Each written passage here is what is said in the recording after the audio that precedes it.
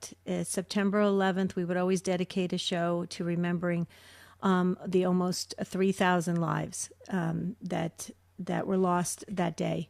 A lot happened that day, a lot of memories, a lot of feelings, a lot of emotions. Those of us who watched it unfold, we know where we were exactly, and it'll always be forever in our minds and in our hearts for all the victims and for our whole entire country.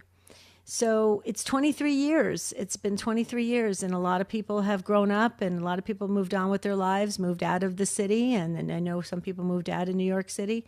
But we must remember, because it's so important, because we have the power of prayer. So I wanted to open up the phone lines and dedicate this whole show on the memories that you have, the feelings that you have, the prayers that you offer today, for all of the victims, all of the families impacted, all of the entire country.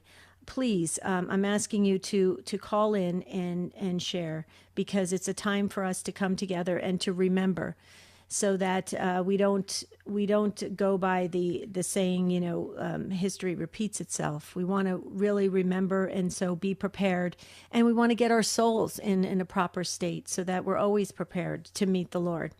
The number to dial to get on the show is 833-288-EWTN. That's 833-288-3986. We're talking all about 23 years ago, 9/11, when the attack happened, the 4 planes, and we all know what took place and how it hit the towers, and then they eventually came down. When those towers were built in right around 1970, they were the tallest buildings in the world. And they were so incredible. What a beautiful skyline, the Manhattan skyline. Absolutely gorgeous to look at. I grew up in New Jersey, so we used to get to look at the New York skyline. Loved it. And it was always so bigger than life, Manhattan and everything that went on in the city and how busy it was, the hustle and bustle, especially around Christmas time. Christmas time was just extraordinary. And so we grew up, just looking at those towers and just realizing how enormous they were. The Empire State Building was the big building, and it was used in so many movies, as we know, like Sleepless in Seattle and all sorts of movies. And so that was always is iconic. But then the Twin Towers, it was just amazing. And then to watch them come down and to see what took place afterwards with people running for their lives, trying to save their lives, some jumping to their death, some, just being overwhelmed by the smoke and the chaos and everything. It was just something that it seemed like something out of a strange movie. It was so bizarre, and it took us all by surprise, and it really brought our country together. The churches, all faiths, all the churches and temples, everybody of a faith belief was filling the churches, to capacity for several months after 9/11. And then when we got word from our president and everything that everything was okay, we're not, going to war, everything's okay, we could travel again, all sorts of things. Then the churches started emptying, and it's very interesting when you think about that. So when we're faced with this idea that death can come at any moment, yeah, we run to God, absolutely. And then we should think about that. We should think about we should be getting prepared now, because we don't know when the good Lord's going to call us home. I could finish this show, we could finish listening to this show, and some of us could be called home, and we should be ready. And we always say, get in a state of grace, stay in a state of grace. And it's very important. So you'll see how this weaves into today's spiritual lives. Okay, we have a couple minutes. We'd really love to hear from you. If you have a memory of what happened September 11th, 2001, if you were, maybe you were part of it, maybe you were working that day, maybe you were right in the city. If you could call in, or if you were watching it unfold on TV like I was in Arizona, it was very early in the morning, and I'll share a little bit more of what happened in our family and with our friends and our parishioners. It was just something that we were in complete shock. please call in 833-288-EWTN, 833-288-3986. And maybe you don't really have much of a memory of it because you're quite young. And so you're just watching the video footage and you're kind of wondering, wow, how devastating was it? Maybe you want to ask some questions about it. Please call in, or maybe you have some thoughts about how we can keep this memory in our minds and in our hearts and in our prayers. It's very, very important. And maybe some of you went to the memorial in New York City where they had the tribute to everyone who served and everyone who actually passed away. It's so surreal to be there.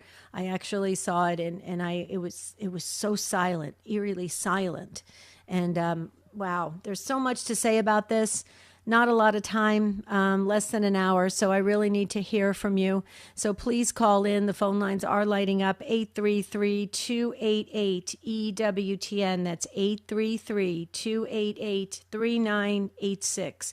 If you have a memory of 9/11, if you have an experience of 9/11, if there's somebody you want to remember who died during the attacks, please call in and share from your heart. That's what this show is all about. We don't hold back here. We're the real raw truth here. And it's important because that's how we learn and grow together as the body of Christ. 833-288-3986. Jerry and I have always said we'll never forget. And for 9+ years, we've remembered September 11th. And we just want to devote it to prayer. So you hear the music. When I come back, I'll go to the phones. John will be up first. He is calling in from New Jersey. So we definitely want to talk to John and the others. So please call in 833-288-3986. We're remembering 9/11 today. And I need your help. I need your call. I need your prayers for this whole entire country at this time. We'll be right back. EWTN podcasts are available on Spotify. Weekday shows from the Sunrise Morning Show through Cresta in the afternoon, plus the latest weekend programming. You can find it all at Spotify.com. The EWTN radio listener comment line is open right now for you. If you've got a question or comment about what you hear on EWTN radio, we'd love to hear it. Call 205-795-5773. We'd also like to know how our programming has impacted your life or the life of someone you know. That number again, 205-795-5773. And thank you for listening to EWTN Radio. On the next Beacon of Truth, going on the road with another road show. I'm Deacon Harold Burke-Sivers, and I invite you to join me for Beacon of Truth. Mother Angelica had a simple goal when she began EWTN: to reach the world with the gospel message. EWTN News operates multiple global news services and digital platforms, along with news agencies in Spanish, Italian, French, Portuguese, Arabic, and German. We've never wavered from our mandate to proclaim the truth and majesty of the Catholic faith.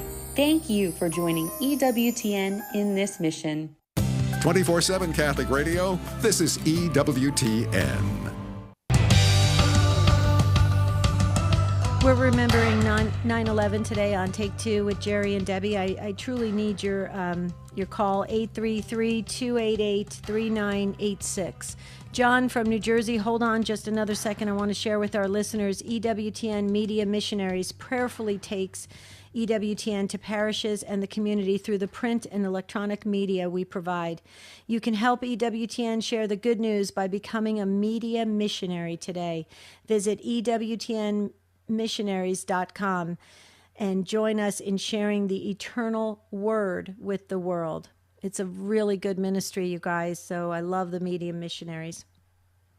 Okay, we're going to go, let me give the number one more time, 833-288-3986. If you have a memory of 9/11, please call in. I want to bring you on air and let's talk about it. So John's calling in from New Jersey, listening on EWTN.com. Hi, John. Thanks for calling. Oh, hello, Debbie. Good afternoon. How are you doing? I'm doing well, sir. I'm doing well. So tell us. You, I know you're a retired principal now, but you were a teacher in New Jersey when the attacks happened. So can you tell us what transpired, what happened? Because you were in Jersey, just really close to the city. Sure. First, I'd just like to thank you for what you're doing. I think it's so invaluable in remembering the anniversary of 9/11, and especially remembering the sacrifice of the first responders, the victims, the heroism, and like you said, coming from the New York City metropolitan area, it really holds a special meaning to us. So I do thank you for that. Oh, thank you, John. Thank you. I appreciate it. So tell us, you were teaching, is it junior high students? So did they realize what was going on? I mean, how did it all unfold for the school system? Yeah, what's interesting, I was a middle school social studies teacher, and that day, as we all know, was such a beautiful day, and I was just simply teaching my first period class, and my wife actually called my classroom. We had newly installed phones, and she said that a plane had hit one of the towers in the World Trade Center. Mm-hmm. So I thought, what a horrible thing. It must have been some type of accident. So she didn't really share much with it because as I told her, I was in the middle of teaching class. Unbeknownst to me, though, is where her workplace is in the New Jersey Meadowlands, which overlooks the skyline of New York City. Mm-hmm. She happened to be outside when the first plane hit the tower. So she saw all the smoke developing and knew and had suspicions that, this was more than just an accident. So not knowing that, continued teaching, wasn't a big thing. Until then, another teacher came by and told us that another plane had just hit the Trade Center. Now, they did not share this with the students. This was just in passing. Mm-hmm. So then, we figured out that there was a problem. So quickly, the office came around, with a memoranda, saying what they think happened, not to share any information yet with the students, just continue, teaching. Unbeknownst to me, as a classroom teacher, at that point, the administration of the district was now scrambling to find out if any of our students had parents or relatives that were working in Manhattan. And luckily for our school district, that turned out not to be true. But adjacent communities in the area did have several parents that unfortunately did lose their lives in the tragedy. It wasn't then until a couple hours later then the district gave us an announcement to read to the students. What I would say now is it would be a lot different, because you got to remember, there were no cell phones with the children. There was no internet. That's right. Even no TVs were even in the classroom. So it wasn't later on until we had like a free period that all the teachers could come together and we actually could see, what transpired. But I have to say, once the students kind of had an idea that there was going on, they were relatively surprisingly calm. They did ask for some details, but like I said, there wasn't a lot of information that could be accessed by them or us at that point to share with them. The next day, though, right, they definitely, were more inquisitive. They were asking questions. And by that time, the school, we did have a plan where we could answer the students' questions, provide some information for them. But I have to say the students did an outstanding job with that. Later on, as you mentioned, as I became principal, I happened to, the school was in the same district, I happened to become a principal of the school that had celebrated the 10th anniversary of 9/11. And one of the school teachers in the building had put in a grant and received from the state of New Jersey an artifact from one of the towers. It was a small I-beam, which weighed about 400 pounds. And they used that as a ceremony. So when I came to be principal 3 years later, I felt it was important to do a yearly 9/11, remembrance ceremony. Right. So henceforth, for the next 8 years, every year on 9/11, we would have an assembly out in front of the school for the students. How beautiful. John, let me ask you a question. So obviously the kids must have been in shock. They must not have realized what was really happening. Next day they were asking questions. Did any of them, I had read reports that so many of the young kids and even the older children, they felt like it was some kind of video game. It was so odd to them. They couldn't grasp it. Were they getting the information at home, and then were you told like what to share with them, or like what was being communicated? Sure. Like I mentioned, the first day with information, so sparse, and there really was no way for the students themselves to access any information. It was coming from the school. And the district did, and I'm sure other districts, I don't want to say downplayed it, but only gave them information that, what transpired. Okay. Not the fact that the United, has been attacked. There's going to be a response.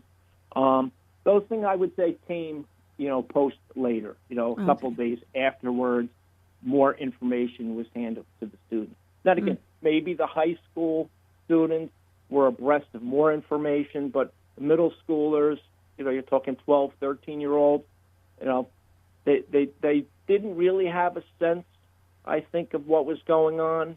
And again, it could have been just because of the type of district that I had. The population was, mostly first-generation Hispanic.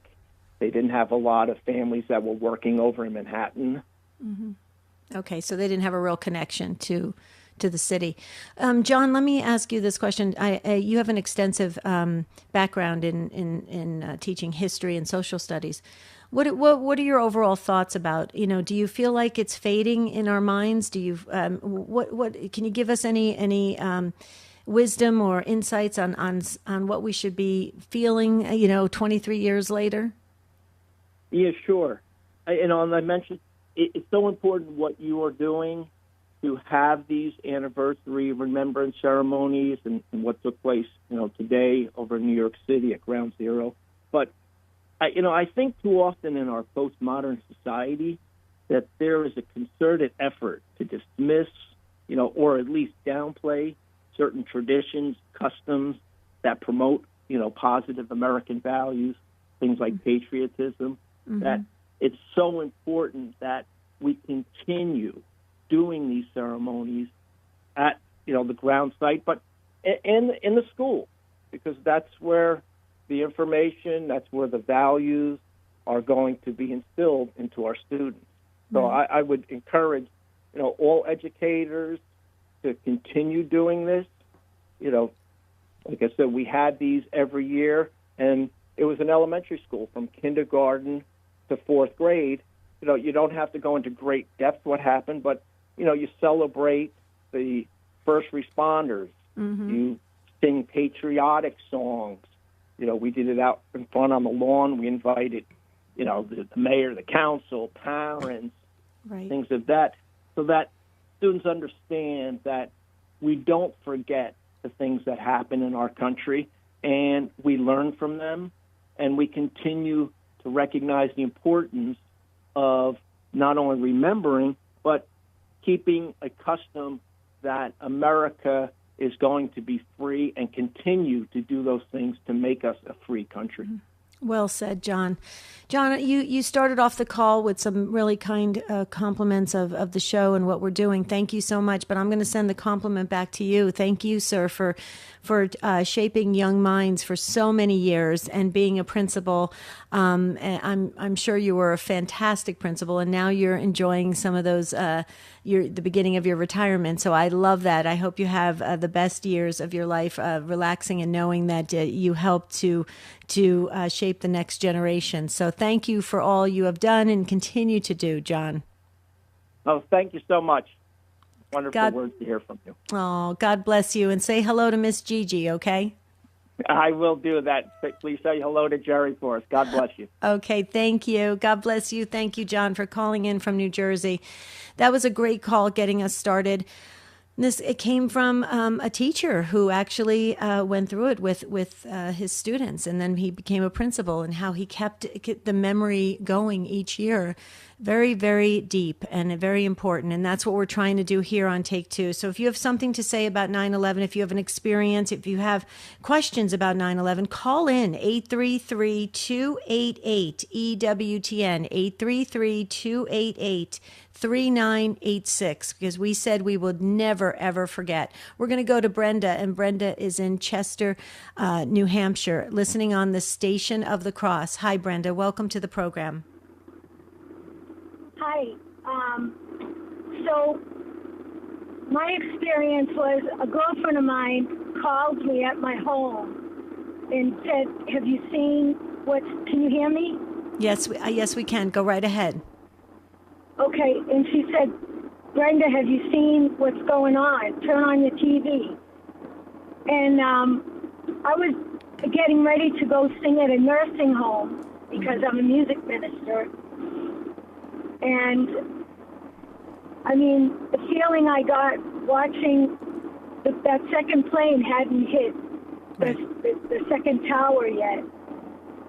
But I saw it. Like, I saw it happen when I turned the TV on. And then I proceeded to go to the nursing home. And when I got to the nursing home, they had the big screen TV on with about 60 people all watching the news. Mm-hmm. And there I was with my guitar, having to, do entertainment for them. Mm. So we started with a few hymns, and then we did a lot of patriotic stuff. But the feeling in the room was like death. Mm-hmm. When someone dies, and there was a few people who actually had some relatives in New York, and they weren't sure if they were okay or not. Right. And then when I got home, I found out my sister-in-law worked for American Airlines, but they changed her route a year prior. They changed her to go to Paris instead of through New York. Wow. So they changed her. Oh, wow. So her plan for her flying was different. Oh, my goodness. Brenda, thank you for sharing your experience of this, your story, and also thank you for being a music minister. You're bringing great joy to people's souls, and that's a beautiful thing. That's a great ministry. So God bless you. Many, many more years doing that. Thank you. Thank you. God bless you. Okay, thank you, Brenda. We're going to let Brenda go on that, and she's going to free a phone line for you if you want to tell your story, your experience of 9/11, your memory of 9/11, 833-288-3986. That's the number to call. Please dial in. We're going to get to Marianne in just a moment. Marianne, hang on for a minute. I wanted to share a little bit of social media that's going on, and I'll wave to everybody there. You guys are getting your chats going. And on YouTube, Michael said that I was in a dentist chair having teeth pulled. One tooth cracked into 7 pieces. I watched repeat after repeat of the towers falling for 20 minutes. Nicole said, I remember how beautiful the weather was that day. So do I, Nicole. Then it just felt eerily quiet. Absolutely. Joe said, Mama was working in the yard, and I told her, but she couldn't understand what I was telling her, like if the news was not registering. That is so true. That's what a lot of people said. It wasn't registering. I understand her reaction because I myself didn't understand what I was watching. It is so true, Joe. That is the common response that everybody felt, is like you're watching it going, is this really happening? It's kind of like what John said. You think, oh, there must have been some accident. A plane went off course and it just nicked the Twin Tower. And then the other plane came in, and then you realize this is not an accident. This was a planned attack. And so that's when you started to get the shock and the panic and oh my goodness, what's happening? But Brenda was talking about how a lot of family and friends were in the city that day, or working or attending some event. And it's interesting because my dad actually was in the city that morning at the MetLife headquarters, Metropolitan Life. He was working full time for Metropolitan Life, and he happened to go from Jersey, taking the train to New York City. And I'll continue what happened there, because I can relate to what Brenda was saying. It was just a weird feeling not being able to reach them by cell phone. You hear the music, so when we come back, we'll get to Marianne and the others. Please call in if you have something to remember or say about 9/11, 833-288-3986. The most original Catholic content is on EWTN Radio. Anytime we have a guest on the show, the first thing you do to respect that guest is make sure that you do your proper research, that you're ready. So many of our guests have commented that they love being on the show because we take that time and we brought something out of them that they'd never shared before. The World Over with Raymond Arroyo, Thursday night, 8 Eastern on EWTN Radio and Television. Pray for the protection of unborn children with a free pro-life prayer ebook to help guide you in prayer, to change the hearts of those who compromise the call to protect and defend life. Get your free ebook today at EWTN.com/profile. This is a Messy Family Minute with Mike and Alicia Hernan. One word of advice that we hear from couples with great marriages is to make a regular date night a priority. Spending dedicated time alone with your spouse is an essential foundation for a vibrant marriage. Date night's a time for busy couples to look at each other and say, I remember you. We know making time for each other can be hard, especially when there are children around, but that's actually when it's most important. Never allow your children or busy schedules to become an excuse for not prioritizing your marriage. When we had young children, sometimes on a Friday night, one of us would put the kids to bed and the other would set up the living room with candles and flowers and fun food. Or we would ask friends to watch our kids and we would do the same for them. Or we would get up early and spend an hour or so alone before the children woke up. There are many ways that you can carve out time to focus on your relationship, but you have to be intentional. For more information about our next virtual date night, join our newsletter at messyfamilyminute.org. I'm Deacon Harold Burke-Sivers. Join me for Beacon of Truth today at 4 p.m. Eastern on the next Beacon of Truth, going on the road with another road show. Now back to Take Two with Jerry and Debbie.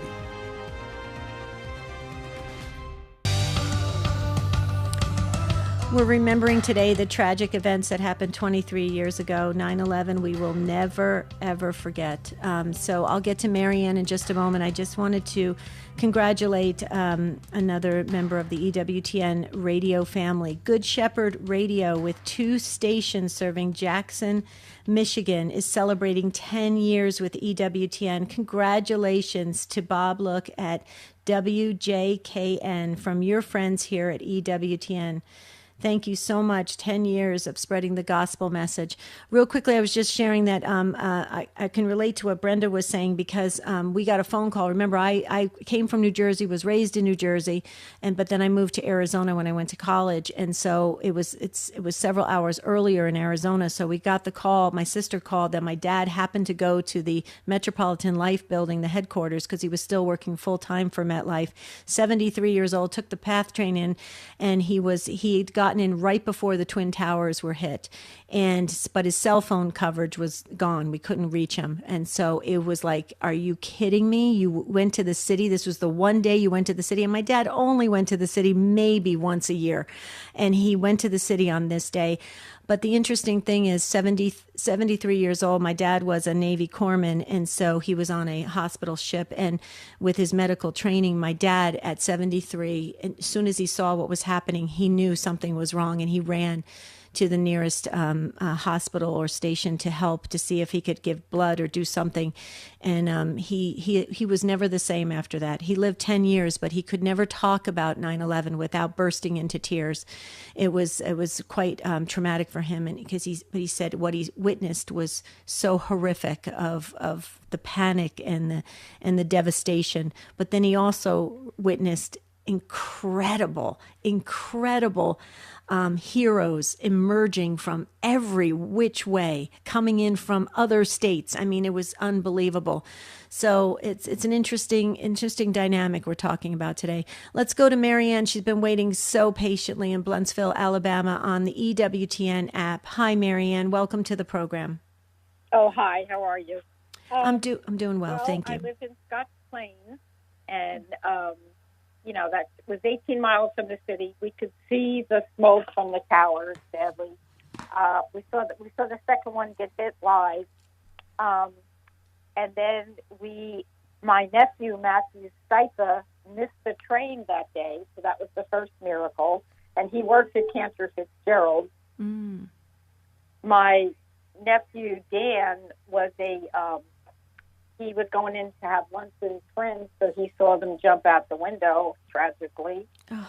And then my best friend's son had a job interview at the Twin Tower, pulled into the garage at 8:30, and when the plane first hit, I guess he heard it, he got scared, he ran down to his car, backed out, and got out of the city. So, and then eerily, 2 days later, you could smell the smoke from the towers come over to Jersey. So I'll never forget that day as long as I live. You know, it's interesting that you're saying that about the smoke. You know, we've seen and heard all the reports of the toxic chemicals and everything that was that had lingered and people had inhaled and then people got sick afterwards with cancer and other illnesses. And that just, you think that when you're done with this, with such a horrible event that took place, a tragic event in our country's history, and then you think, okay, well, we'll try to pick up the pieces, we'll heal, but then there's these illnesses that come.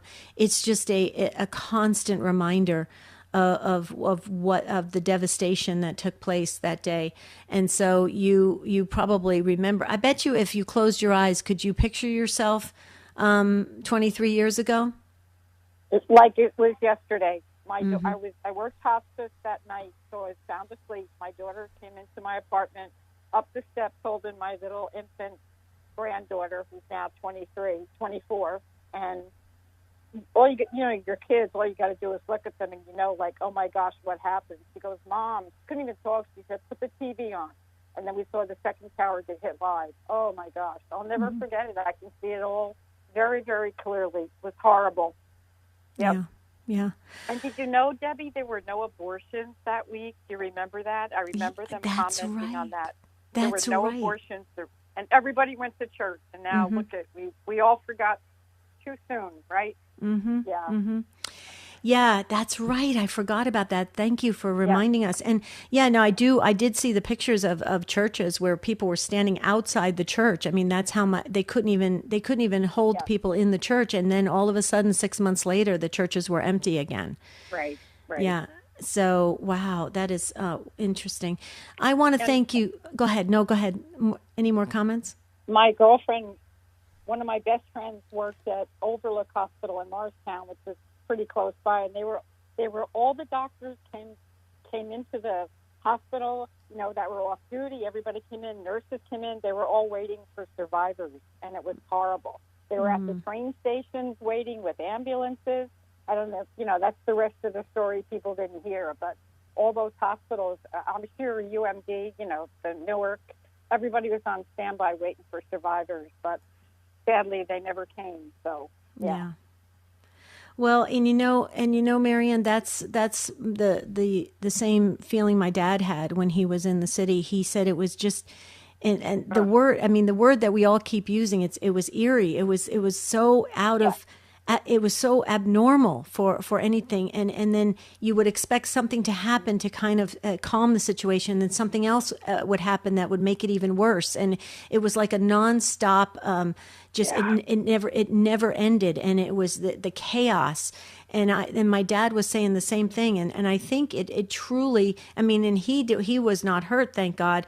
But it truly traumatized him. I can just imagine people that were actually in the building that ran for their lives, forever being traumatized. Yeah. And that's why I think we can't forget, because people were so emotionally and mentally and physically wounded, and we can't forget. Did you know about the Armada? I never knew it till years later. Did you know about that? No. Tell us.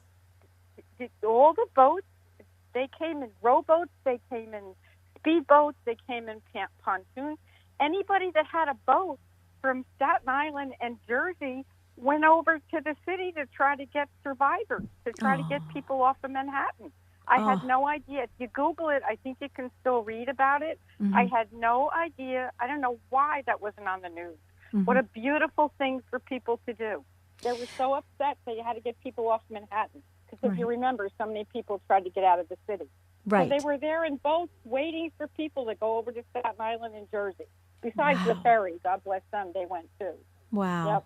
Wow. Yeah, I never knew it for years later. See, there's so many details that we need to remember and read about and watch. And there's videos. That's the beautiful thing about the internet. We can find all these videos. So, I mean, I would hope that people spend a little bit of time today. Marianne, thank you so much. God bless you. Thank you, Debbie. Thank you.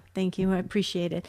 I had half of a message from Nicole, and I'm sorry. I'll wave again to my dear friend Nicole on YouTube. So I'm going to start over again. Nicole said, "I remember how beautiful the day and the weather was that day. Then it just felt eerie.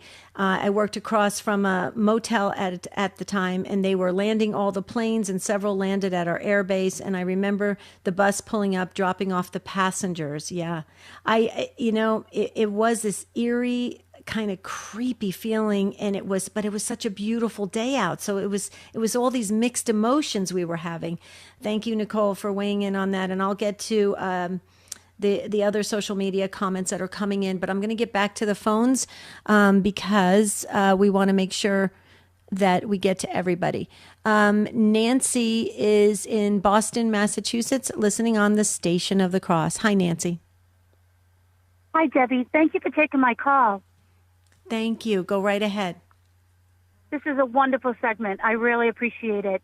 I close my eyes, and I remember working at Brigham and Women's Hospital. I was in a meeting, and someone ran in and said, "Turn on the TV." And we saw what was happening. And I got a call from my sister, Mary Beth, and she said, "Get home from Boston." Our cousin, Susan McElhaney McKay, was on the first flight that was coming out of Boston going to L.A. She was a VP at TJX. And my walk home from work that day was surreal. I walked right to my Aunt Susie's house, and all my relatives were there, and we knew life was going to be different forever. Susan McElhaney McKay will be alive in my heart forever, and I will never forget. So this is your first cousin? Susan is your first cousin, my Nancy? My first cousin, Susan. Yes, she died in the first plane, Flight 11. Oh my She was goodness. an amazing woman. She was an amazing woman. She was beautiful, stylish, everything about her. And she was 10 years older than me, and I felt like she was my friend. And we have a very big family, and it shook all of us for the rest of our lives. It will. She was beautiful. She had 2 children, Matthew and Lauren, and a husband, Doug. And Matty just had his 3rd child. Matty and his wife, Lauren, just had their 3rd child, Lily Susan. Oh, so the middle name is her mom's name. The grandmother, yeah. The grandmother, yeah. Hold on one second. How is Doug doing? Doug is not doing well. I'm sorry to say. Yeah, he was an air traffic control officer, and when he went to work that day, his buddy walked him right back to his car and said, "Susan was in the first flight." Oh, and no. he retired that day, and yeah, really sad. I don't even want to talk about it, but he got caught up in alcohol. See, her children are doing amazing. I can't believe Matthew, and Lauren are doing amazing. They're beautiful people, and they're living a great life. And I know Susan's alive and well in our lives. Was she a woman of faith, Nancy? Very much so. Yep. And her mother, Susan, my aunt Susie McElhaney, is a strong woman of faith. Our whole family is a strong family of faith. God leads us everywhere. I've called into your show before because I live with MS, and if it wasn't for my faith, I probably would be stuck in bed. And life is great to me. Well, Nancy, you're a beautiful soul, and I put Susan and Doug and the whole family in our prayer book. Thank you from the bottom of our hearts for sharing. I know that it kind of made everybody. I could feel. I don't know, as soon as you said she was in the first plane, it just became so incredibly real again. And I'm sorry for your loss, but with the children growing and flourishing, that's a good thing. Yes. Thank you, Debbie. And I appreciate you and Jerry's segment. Oh, thank you. God bless you, Nancy. Thanks for calling in. God bless you, Debbie. Thank you for calling in from Boston, Massachusetts. Okay, we're going to, our producer, Charles, first of all, we have Charles on the controls, we have Matt answering phones, and we have Ace McKay on social media. So I'm waving to everybody on social media. Put your chats in there. And Charles, our producer, found that story that we were just talking about with Marianne in Blunsville about the boats. And so Charles is going to post it on Jerry and Debbie Facebook page. See, this is how we can continue to learn about what transpired around all the events of that tragic day. So Charles will post it on Jerry and Debbie Facebook page. Let's go to our friend Angel in Perrysburg, Ohio, listening on Annunciation Radio. Hi, Angel. Hello, Angel. Oh, hi, I'm sorry, Debbie. I'm sorry. I started crying about Susan. I know. That hit really hard. We can talk about history and we can somehow feel like one step removed. But when somebody calls up and actually shares of a story of someone that actually that lost their life that day, it changes everything for us. Yeah. And I totally get it. But you go right ahead. It truly does. My son was working for American Airlines at the time. Luckily, he was home. I was in my office working, and one of my friends, a French entrepreneur, very famous man for the French government, had just walked in to one of the Twin Towers, and I texted him very quickly when we were on our computers. And he said, he told me they didn't hit. And the last words I heard from him were, at this time, we're all Americans. Oh. And so he was actually in the tower. He never made it out? No, he didn't make it out. He didn't make it out. I thought he did, but I never heard from him again. I don't think he ever made it out. Nobody ever heard from him again. Oh. How old was he, Angel? He was in his 50s. He probably had a family. Yes, he did. Mm-hmm. At the time, I was very connected to France, working back and forth, and I talked to a lot of people. But just surprisingly, he had said that to me. That was the last thing I'd ever heard from him. So, it's a painful subject, I guess. Yeah. It's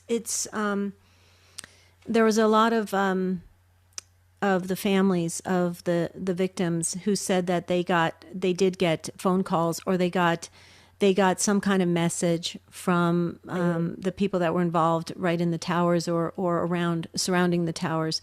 And some didn't even realize what was happening. They were saying they were sending messages like, "Don't worry, I'll be home," and then they never came home, or some sent messages saying, "I love you, I think this is it." And you think about how immediate that was, and see, now you're going to get me crying, Angel. You think how immediate that was, and try to put ourselves in that position for a moment. If like in the next second, our lives are going to be gone, we don't have a chance to do anything else. That's why there was a ton of prayer. We read stories. Did you read all those stories about that coworkers would get down beneath desks and start praying together, and so there was so much of that, and that's a good thing. That's a good thing, because you want people to be ready to meet the Lord. But can you imagine the amount of, I just can't even imagine the feeling of the adrenaline or whatever's being released inside the body of that immediate sense that it's going to happen at any second. And then the people that felt that there was no way out either get burned or to jump, and then they jumped. And it's like you just can't even, it's hard to even comprehend what they went through in those few final moments, right? I understand some of it because my fiance, as I said, was in the military, and we go through that sometimes where he'll say, I don't know if I'm going to be here in the morning, or it's bad right now, pray for me. I don't know if I'm going to survive this. And so I do understand it. Mm-hmm. Yeah. Yeah, and we always are praying for our military men and women, absolutely. As a matter of fact, I'm going to be interviewing Bishop Coffey today for a show next week about service in the military. Wow. And so, Angel, prayers are all around our military. You can count on that. And we just love you. You got a beautiful heart, and thank you for sharing today. I love you, Debbie. Oh, I love you too. You take care. Okay. We do am I seeing this correctly? I just want to make sure do we have a priest on the line? We always move priests up to the front of the line because they're super, super busy. So yes, we do. Can we go to Father Tom in Texas on Holy Name Radio? Hello, Father. Good morning. It's still morning over here. Yes, same with me. Go right ahead. Thank you for taking my call. Mm-hmm. Thank you, Father. So go right ahead. What do you remember about 9/11? Well, I was ordained earlier that year in January, and I was away from the parish at the time. I may have been at the mission church, but I called the pastor to see if he had got the news, and so we were all concerned and praying for those involved.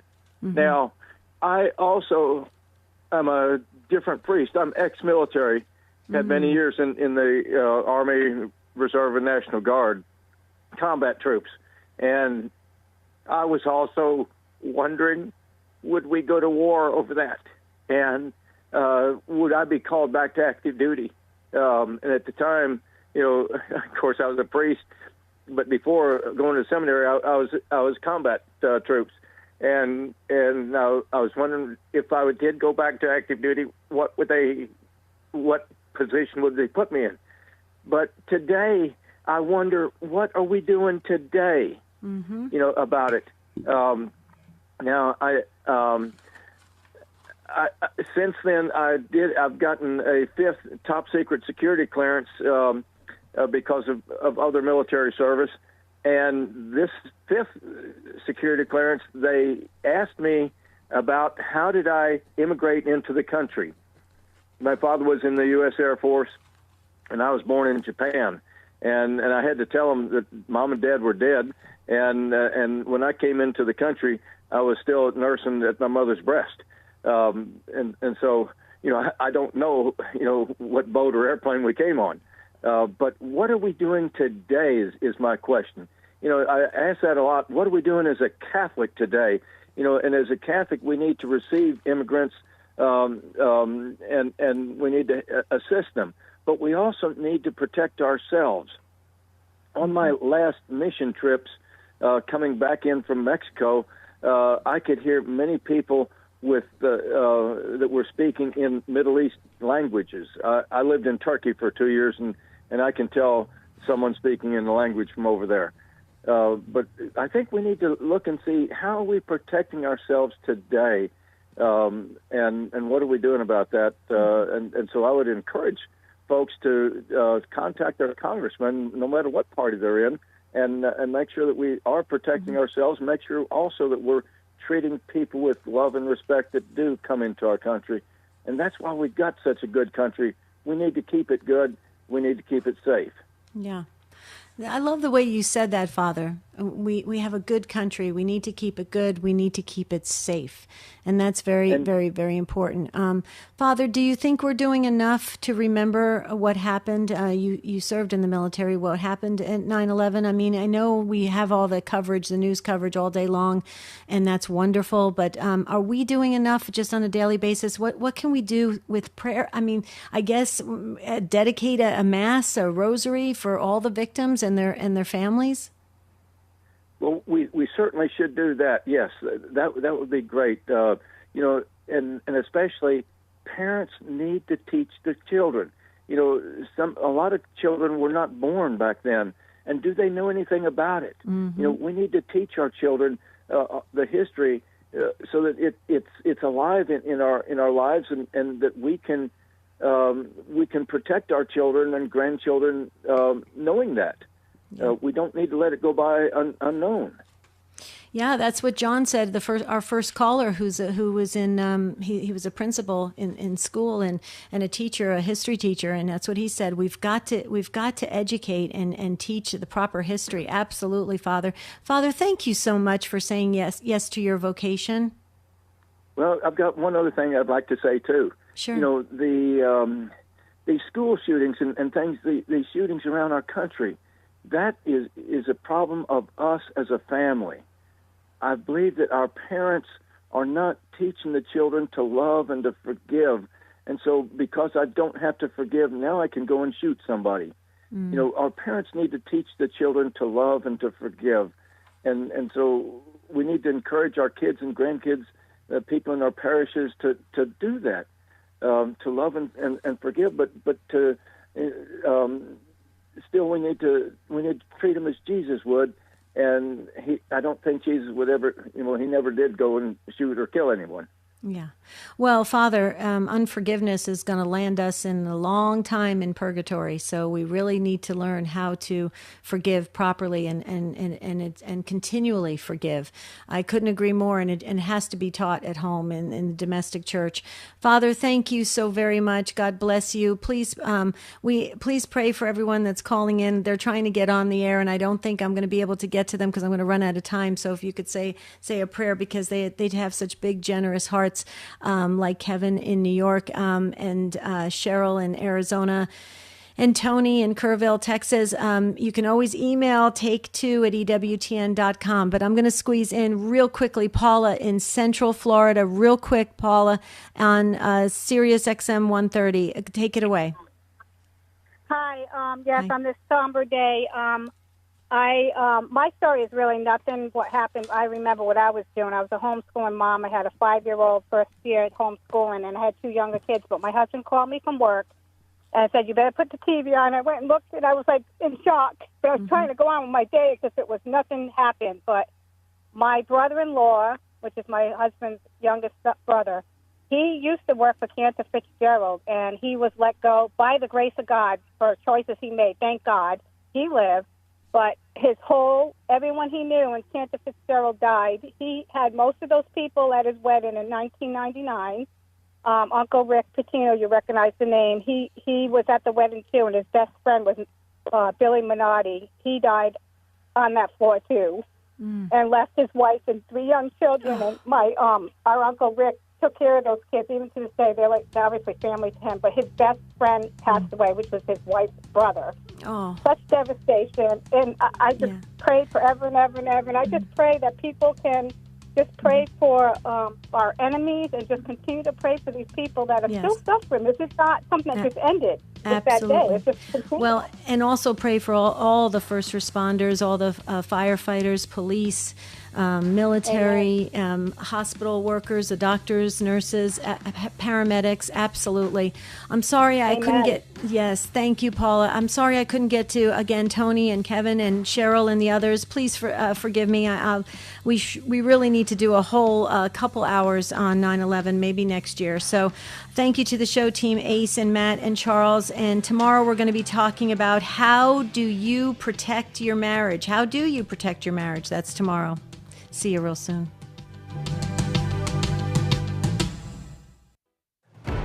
Do you have some major decisions to make in your life? Are you feeling lost and alone? Not sure what path to take? life coaching just may be the right option for you. Whether it's to practice accountability or create a better plan that works for you in life, we are here to serve with Christ always at the center. God's plan is always the best for us. We just may not be able to see it right now. Let us help. Secure your absolutely free consultation today at standtalltoday.com. Spreading the good news of salvation. This is EWTN Radio. Dr. Ray Garindi brings a fun approach to dealing with problems. The Doctor is next on EWTN Radio. This is Debbie Georgiani. If you missed part of today's show, catch the